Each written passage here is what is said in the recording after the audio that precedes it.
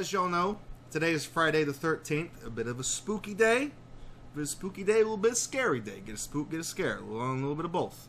And of course, you know, right now we are in the middle of the coronavirus pandemic, so if you don't have any toilet paper, it's extra scary because you're going to go to the store, there ain't going to be none, because some fat Karen is going to have bought 17 32 packs of toilet paper because she saw on her fucking Facebook Essential Oils group that the only way to defeat the coronavirus is to shove every single one of those rolls of toilet paper directly up your own ass.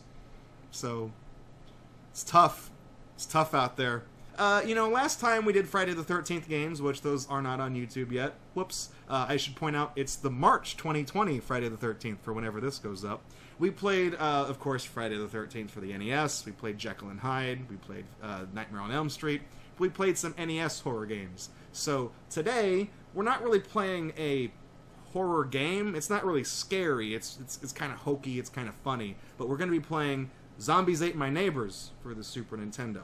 So this is considered one of the best games on the platform, released by or developed by LucasArts and released by Konami in the early 90s. And essentially, it is a survival horror type game, I guess. But you play as a couple of movie archetype characters. You play as the punk kid who wears 3D glasses for the hell of it. You play as the cool, biker girl, whatever, wearing the hat, kind of tomboyish. And you go around saving your neighbors in very cartoonish environments from caricatures of popular movie monsters from the 50s and 60s, and kind of leading up into the 80s as well, because there is like Leatherface and stuff like that does make an appearance. But those of y'all that might be a little sensitive to scary games and scary situations, you really don't need to be afraid of Zombies Ate My Neighbors. It's really hammy with how they do it. It's hokey. Like, they got werewolves, but if you pick up silverware as an item, you can throw it at the werewolf and kill him in one hit because it's silverware, right? Like, it's really goofy. I'm not necessarily the best at this game. I have beaten it a few times, but some of those were with the help of a guide, just because the way this game works is you started out with 10 neighbors to save on every stage. And if the zombies or the monsters touch one of them before you do, they die. And now you have 9 neighbors. And to complete the stage, you have to save everybody, or they need to die, and then the exit will appear. But if one of those characters dies and you're down to 9 neighbors, on the next stage, you won't have 10 people to save, you'll have 9. Because they died on a previous stage. So you can get a game over by running out of lives or by running out of neighbors. So every once in a while, if you get enough points, you'll get one of the neighbors restored, your count will go back up. So it's both, you're not only keeping track of your lives, but you're keeping track of your neighbors' lives too, quite literally. There are 2 versions of this game, the Sega Genesis version and the Nintendo version. Now, I know you guys are saying, Draco, gotta play the Sega one that got blast processing, Genesis does what Nintendo doesn't, or whatever the fuck they used to say. Well, the Super Nintendo version is superior, okay? Even though they took the blood out, as cartoony as the blood is, it only appears in one specific situation, which, if it happens, I'll let you know.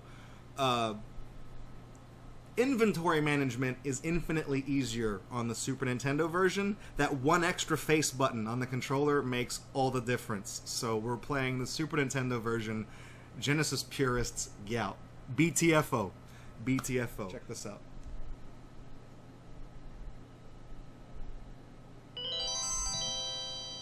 So when the LucasArts logo appears, you press R, you get a dog bark. First secret of the stream right there. Alright. No options here, just start and password. Now, obviously, you got the boy, you got the girl. I'm gonna pick the boy purely because they do start him with more ammunition. I think the girl runs faster, but the boy he can carry more ammo. That's the difference, so I'm gonna go with him.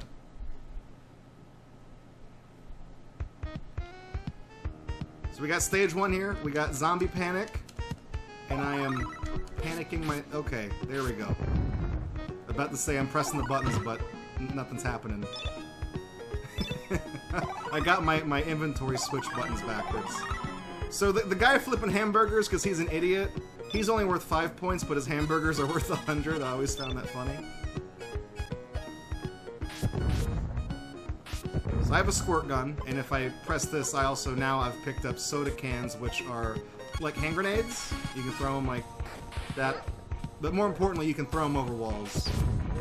That's what they're used for. That kid in there is safe until that door is open, so I don't have to worry about him right now.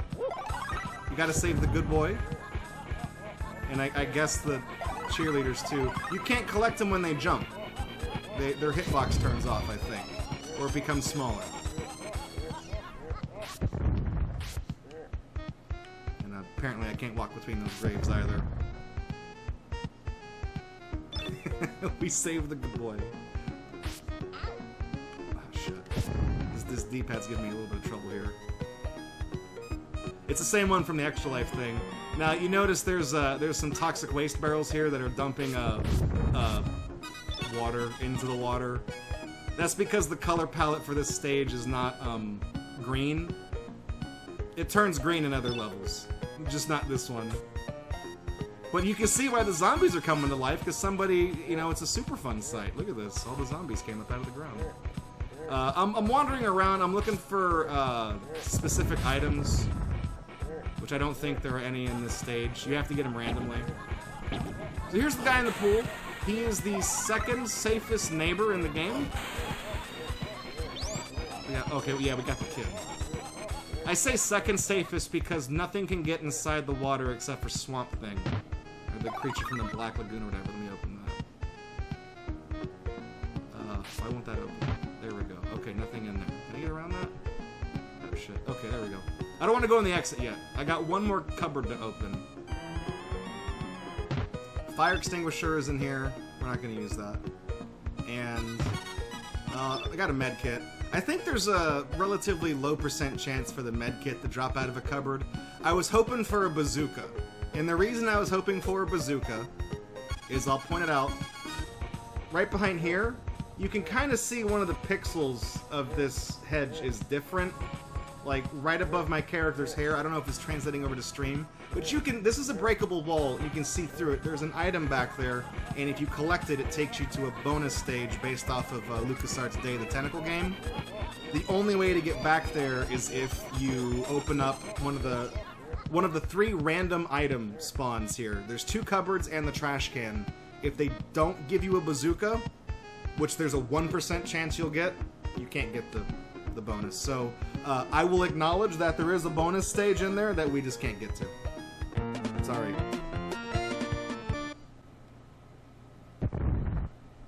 Time to reset for the bonus stage. Actually, you know, Evening of the Undead, obviously this is, you know, Night of the Living Dead instead of Evening of the Undead. Here's the soldier with his bazookas on stage 2, just fucking taunting you. So the zombies that spawn in this level are considered vicious. There's 2 kinds of zombies. There's regular and there's vicious. These guys move faster, so they are of the vicious variety. And my D-pad is kind of jittery real quick, so let me do something real quick. Pool guy, second safest neighbor in the game. Girl on the trampoline, nobody can kill her. No, absolutely no one. So, because there's nothing that can get on the trampolines. So I'm gonna let her do her thing for a while. There's a 12% chance that a purple boogeyman will come out of a random item thing and hurt you for 1 damage. Unfortunately. It's fucking stupid. Expect to see that a lot. I feel like it's more than 12%, but we're... So, okay. There's some bullshit in the game right there. There was a cheerleader standing right there, and there was no possible way for me to get there, because just out of the line of sight of the camera, there was a zombie who had spawned in on his own right there. And as soon, like, I believe the neighbors are only ever threatened if you scroll them onto screen with a monster and then walk off the screen. They will never die off camera unless you've left them in a state of danger. In this case, the danger happened immediately upon scrolling around the screen. So now we've only got 9 fucking survivors left. Here's the teacher giving you an F-. She's worth 10 points. Because, screw her. Oh shit, okay, well, okay, that guy over there, the explorer. Now you notice I left him with the zombie, so... Okay, yeah. There's a chance he could have died because I scrolled him off the screen with the monster on the screen. But don't worry, I got down there. If you're wondering why all these walls are cracked, it's because you can bazooka them. Like, say for example, I don't want to waste a key on that door because I've already come in here. I can just blow a hole through the fucking wall and just go. Or if you don't have a key, you can shoot the fucking wall and blow it the hell up, or the door, I mean, and that'll unlock that real good. So here's what I was talking about. Right, see, right here, you can get that hidden item. They had one of those on the first stage, and if I had a bazooka, I could have gotten it. That's how you do it. There's another explorer guy right up here. See, now that the color palette has changed, the toxic waste actually looks like toxic waste, not just fucking barrels of water. Who would throw away perfectly good money? So, now we can come back, we can get Trampoline Girl. Her hitbox is kind of strange, and now we can exit the stage.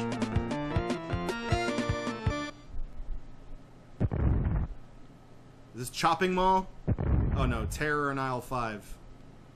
I don't know if this name is a play on something specifically, but we got some army soldiers doing nothing, and we got a kid playing on the fucking escalator.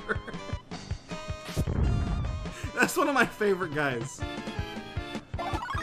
So that kid's dead. There's an evil Chucky doll thing with an axe. If I can get down there, I'm like, okay, holy shit. That's a more contemporary movie reference. The Chucky doll, the killer doll, with an axe. He throws axes, and sometimes he bursts into flames. Also, he is, if you read the packaging, he's called a fun baby. Okay, so see, now I'm out of keys. Not anymore. I blow the fucking door in. Don't tell me where I can and can't go. But yeah, since Popsicle is like a brand, those are actually just called like ice lollies or something. Oh, no! Fucking come on! You piece of shit! Fucking Chucky doll. There was 2 of them there. You couldn't have killed one and given me half credit? Anyways, you can do this with a soda machine if you get really angry. You can fucking blow it open. And I believe there's a very small % chance it'll drop a 6-pack of cans when you do that. But I didn't get any. I'm gonna go back down because I think there's some more items I didn't get. Yeah, there's some stuff back there. There's a health kit. That's important. I think those are just decoys in there. I'm not gonna get those. I'm not gonna worry about them. Yeah, well, technically, even though those 2 tourists over there died, they count as 1. So that didn't bring me down from 10 or from 9 to 7. I'm at 8 now. They count as 1 package together. So there you go. Oh, Chainsaw Hedge Maze Mayhem. You guys ever heard of the Texas Chainsaw Massacre? You hear that? He's coming. There he is. He's coming. I'm gonna grab that.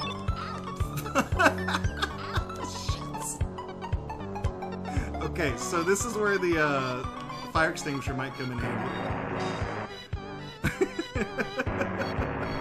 I need to get up there. Oh, you motherfucker! Come on! What is this? You just killing guys? They ain't even on the screen yet. You killing dudes. Here's a bunch of money in here. God damn. At least this dumb girl is safe. We're gonna get a game over like at the 6th stage by this point. Okay, shit. We gotta get those tourists. We gotta save these stupid. What are you taking a tour? What is there to see here?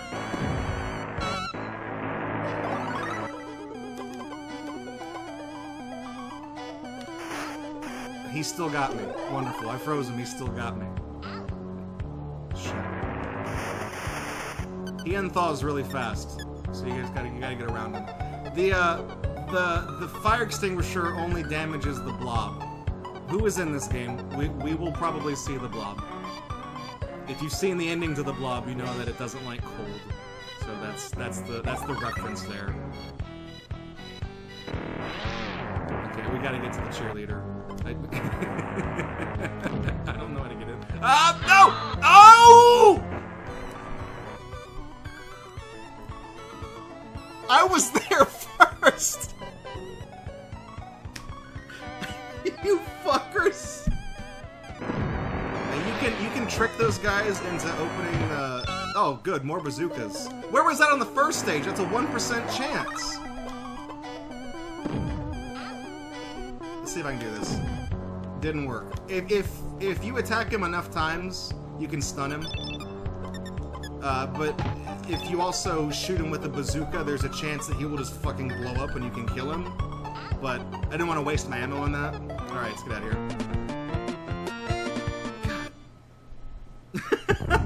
We're on level 5.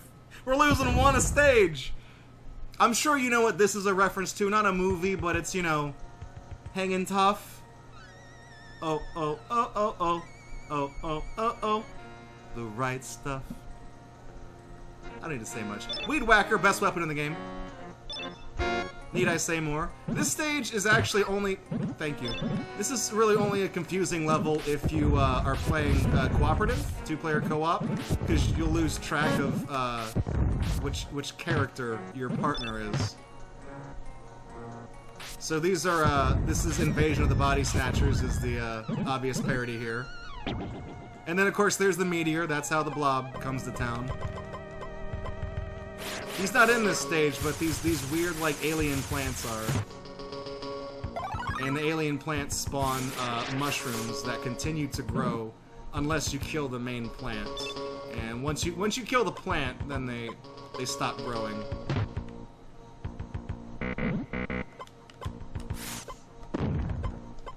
Door's locked, huh? Thanks. Could use that one a second ago. There's a cheerleader. Oh, there's the baby. Who just left this kid unattended? There's our silverware. It's great against the werewolves. The plates. I think the plates are useful against like the final boss. Like for some stupid reason, the plates do like crazy amounts of damage. Boogeyman Jackpot's got to be because it's Friday the 13th. Yeah. Hey, you guys want to see my impression of Trading Spaces?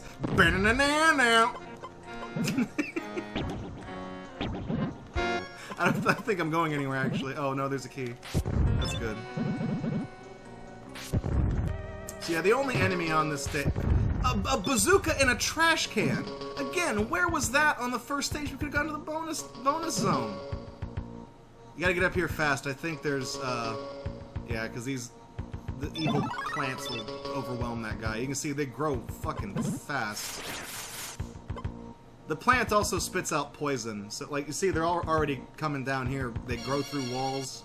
Oh, that's the holy symbol. Whoops. Yeah. Okay.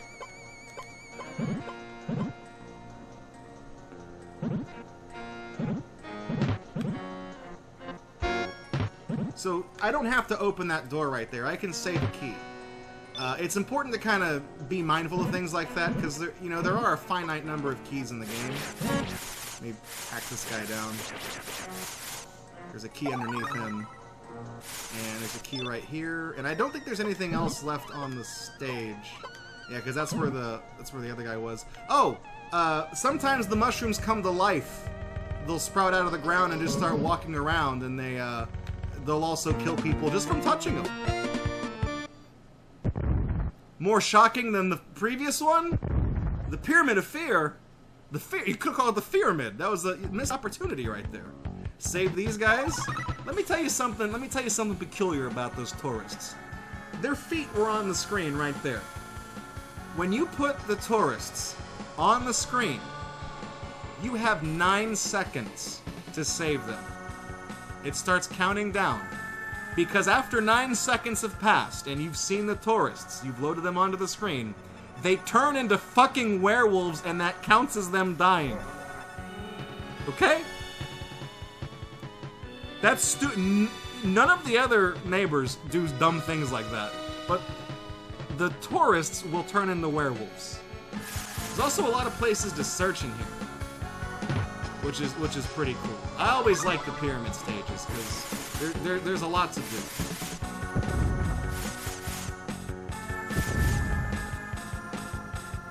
Oh, well, that already came from there. No more werewolves have already played Sonic Unleashed. We'll get to them eventually. Let's see the werewolves. I think there's tourists outside of here. Yeah, they're just hanging out, taking pictures of the outside of the pyramid. Like, wow, isn't that? Look at that. Should we go in, honey? No, let's turn into werewolves. Oh.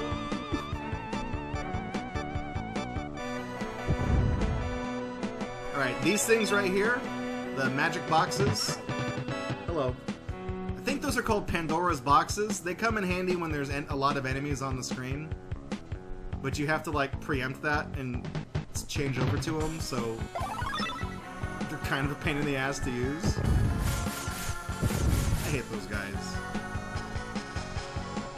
Cut the bullshit, game.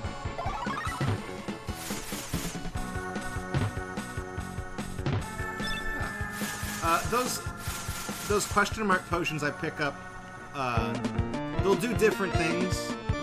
Some of them you'll turn into a Hulk, you'll turn into a ghost, it'll hurt you, it'll just outright kill you, whatever. They do random things.